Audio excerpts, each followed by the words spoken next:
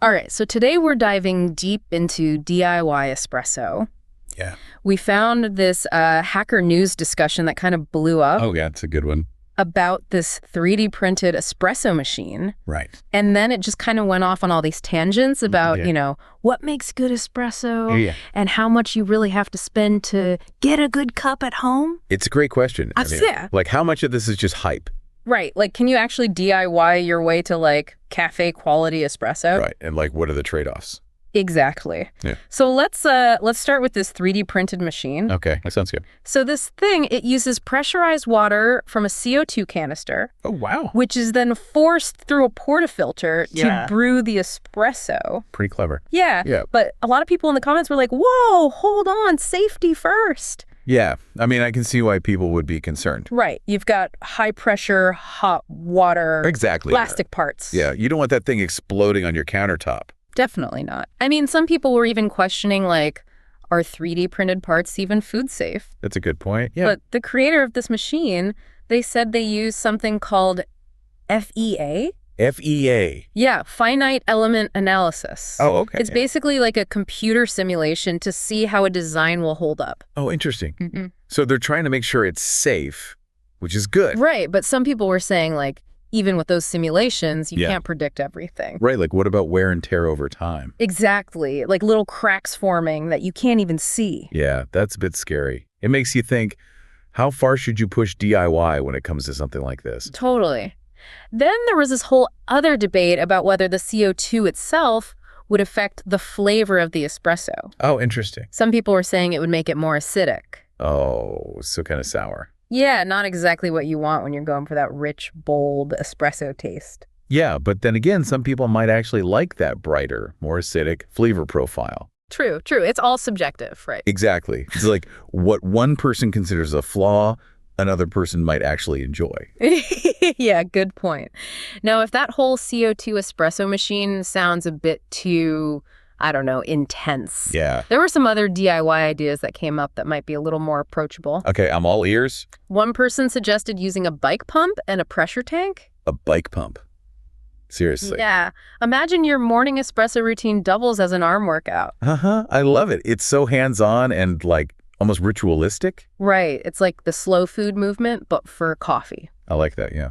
And speaking of getting hands-on, there was also this talk about the Gajuino project. Gajuino, what's that? So it's basically where someone added a microcontroller to a Gaggia Classic espresso machine. Oh, wow. So they're hacking their espresso machine. Pretty much. And it gives them all these high-tech features like flow profiling. Flow profiling. Yeah, so you can actually control the water flow during brewing. No, interesting. So you can really fine-tune the extraction. Exactly. And someone pointed out that a machine with those features would normally cost like 5 times more. Seriously. That's crazy. It really makes you wonder, like, what are you actually paying for when you buy a fancy machine? I know, right? So we've talked about some pretty wild DIY setups. Yeah. But this discussion also went into some options that don't require you to code or risk a CO2 explosion in your kitchen. Okay, good, because I'm not sure I'm ready to build my own espresso machine just yet. Fair enough. So a lot of people in the thread were big fans of lever espresso machines. Ah, the old school ones. Yeah. You know, the ones where you use your own muscle power to create the pressure? I've always thought those were pretty cool. Yeah. What is it about them that people like so much? Well, they're incredibly simple. Right. Not a lot of parts to break. So they last forever. Yeah, and people say they can make amazing espresso. Really? Just as good as the fancy machines? Yeah, especially if you have a good grinder. Oh, the grinder. It always comes back to the grinder, doesn't it? It does, doesn't it?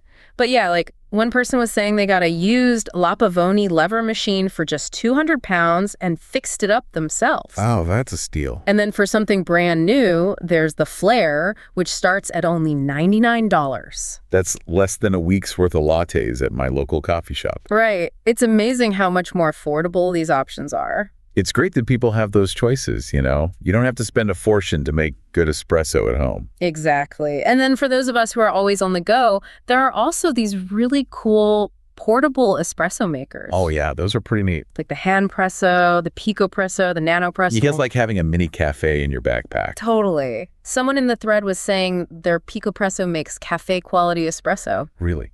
Even the portable ones can do that. As long as you use a good grinder, apparently. There it is again, the grinder. I know, right? It's like a recurring theme. It must be important. It is, and we're going to get into all the details of why that is in the next part of our deep dive. Okay, I can't wait to hear more about that. But before we move on, there's one more non-electric option I want to mention. Oh, what is it? It's called the Café Robot. Café Robot. Never heard of it. It's a manual espresso maker, and one commenter was saying it makes better espresso than some electric machines they've tried. Wow, seriously? Yeah. A manual machine that's better than electric? Apparently. But this person also pointed out that the Café Robot doesn't get as much attention online as brands like Flair. Huh, interesting. Maybe it's one of those hidden gems. Yeah, it makes you wonder, are we sometimes getting swayed by marketing hype instead of just focusing on the quality of the product? That's a good point. Sometimes the best stuff flies under the radar. Exactly. So we've covered some pretty ingenious DIY espresso setups. Yeah, some of them are a little out there. Haha, true. But we've also seen that there are some really great alternatives to those super expensive machines. Right, and it seems like no matter what kind of setup you're using, there's one thing that everyone agrees on. The grinder. The grinder. We got to talk about the grinder right for part 2. Me too. We'll be right back after the break. All right, welcome back to our DIY espresso deep dive. It's really cool to see how people are getting creative with their espresso setups. Yeah, it's like hacking, tinkering, experimenting. Totally. And we keep coming back to this idea that there's no like one right way to do espresso. Right, it's all about what works for you, your budget, your space, your preferences. Exactly. So let's talk about this one thing that everyone seems to agree on. The grinder. The grinder, the grinder, the grinder.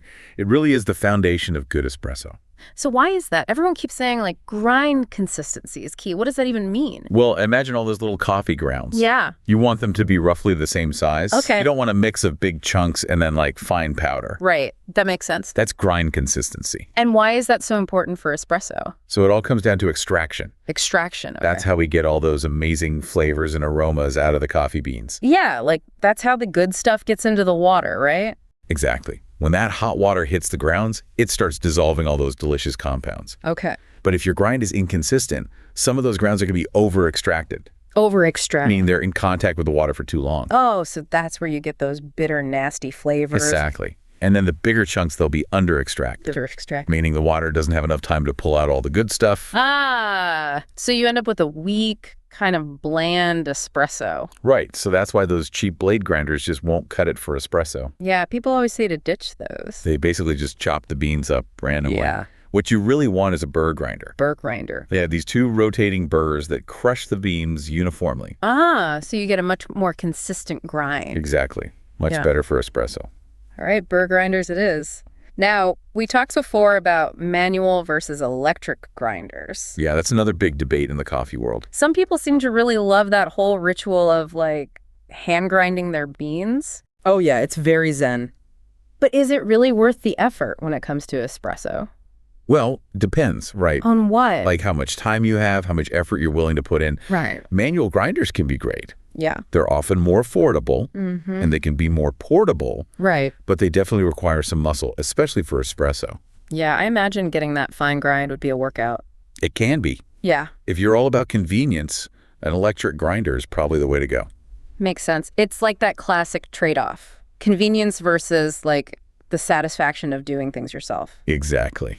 Okay, so we've covered grinders. Now let's talk about another crucial element, water. Oh, the water. People really underestimate how much water quality affects the taste of their coffee. It seems so basic, but it makes sense, right? Absolutely. I mean, think about it. Yeah. Water makes up the vast majority of your cup of coffee. Right. If you use bad tasting water to make tea, it would taste awful. Sure. It's the same with coffee. So it's not just about using filtered water instead of tap water. It's more than that. Like what? It's about the actual chemistry of the water. Okay. Different minerals in the water can affect how those coffee flavors are extracted. Oh, wow. So there's a whole science behind it. There is. And in this Hackernews thread, a lot of people were talking about using reverse osmosis filtration for coffee. Reverse osmosis, or RO. Yeah, RO filters remove pretty much everything from the water, Like what? even minerals, Oh. including ones that can make your coffee taste off. Huh. Interesting. But wouldn't that make the water too pure? Like, wouldn't it strip away some of the good stuff that actually enhances the flavor? That's a great question. Yeah. And it's something that coffee geeks debate all the time. Oh, I bet. Some people do find that using pure RO water can lead to a flat, kind of lifeless cup of coffee. Oh, that makes sense. So a lot of people who use RO actually remineralize their water. Remineralize. Yeah, they add back specific minerals that are known to be good for coffee. Oh, wow. So it's like creating your own custom water recipe for coffee. Pretty much. That's amazing. So what kind of minerals are we talking about here? The two big ones are calcium and magnesium. Okay, calcium and magnesium. Calcium plays a key role in the extraction process, and it contributes to a fuller body and a sweeter taste in the cup. Okay, so calcium for sweetness and richness. Exactly. And then magnesium enhances the acidity. Acidity. Yeah, which can bring out those bright, fruity notes in the coffee. Oh, interesting. So magnesium for brightness and acidity. Yep, it's all about balance, right? It's amazing how all these little details can have such a big impact on the final cup.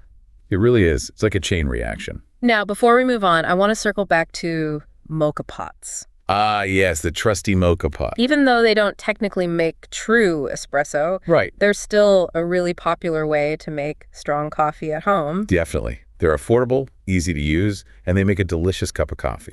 And there were some cool tips in this Hackernews thread about how to get the most out of a mocha pot. Oh yeah, people were sharing all sorts of hacks. Like what? Everything from using the right grind size to making sure the heat is distributed evenly on the stovetop. Makes sense. Some people even use a heat diffuser to prevent scorching. Oh, interesting. So what about those of us who want to take our mocha pot coffee to the next level, like make lattes or cappuccinos? Yes, the milk frothing dilemma. We talked before about using a French press, but were there any other suggestions? Yeah, someone recommended a stovetop milk steamer. Oh, like a little pot that heats and froths the milk? Exactly. Apparently they're pretty inexpensive and can make really nice creamy foam. Cool. It's great to see how many creative ways there are to elevate your coffee experience at home. It's all about experimentation and finding what works for you. So we've talked about grinders, water, even mocha pot hacks. It's a lot to take in. It is. It's clear that there's a lot more to making great coffee at home than just pushing a button on a fancy machine. That's for sure. What surprised you the most in this deep dive so far? I think just how much there is to learn about coffee. Yeah, it's a rabbit hole. It really is. I'm definitely inspired to try some of these tips at home. Me too. And I think that's what's so exciting about this whole DIY espresso movement. It's about taking control, experimenting, and really understanding the process. From bean to cup. Exactly. And on that note, I think it's time for us to reflect on what we've learned and talk about what it all means for you as you continue on your coffee journey. Sounds good to me. Welcome back for the final part of our deep dive into DIY espresso. So we've covered a lot. We've gone from those super technical things like grind consistency and water chemistry, right, all the way to like people's crazy DIY espresso machines and their mocha pot tips. It's been a wild ride through this Hacker News discussion, and it seems like there's no one right answer. Yeah, there's so many ways to make espresso. Exactly. And whether you love tinkering with microcontrollers or you prefer the simplicity of a lever machine, there's a way to make amazing espresso at home no matter what. And the cool thing is, this world of espresso, it's always evolving. Oh, yeah. There are always new technologies popping up, new DIY approaches. Right. So it's becoming even more accessible and customizable. It feels like there's this whole community of coffee enthusiasts out there all experimenting and sharing their knowledge. It's really cool. And this discussion has shown us that it's not just about the equipment. Right. It's about understanding the whole process, the nuances of flavor and the joy of actually creating something delicious yourself. Speaking of joy, I think it's time for us to kind of step back and think about what really draws us to the world of espresso. Yeah, what is it that we really love about it? Is it the precision of, getting that perfect shot? Or is it the satisfaction of mastering a manual brewing method? Or maybe it's even deeper than that, right? Yeah. Maybe it's about the ritual, the quiet time with your morning coffee, or the connection of sharing a cup with friends. Those are all great points, and I think the best approach is really the one that brings you the most joy and fits into your life. Exactly, and I hope this deep dive has been a good reminder that there are so many possibilities out there when it comes to espresso. Definitely. Don't be afraid to experiment, try new things, and find what you love. And hey, maybe you'll even come up with your own DIY espresso innovation someday. That would be awesome. Thanks for joining us on this deep dive into DIY espresso. Yeah, it's been a lot of fun. We'll catch you next time for another adventure in the world of knowledge and discovery.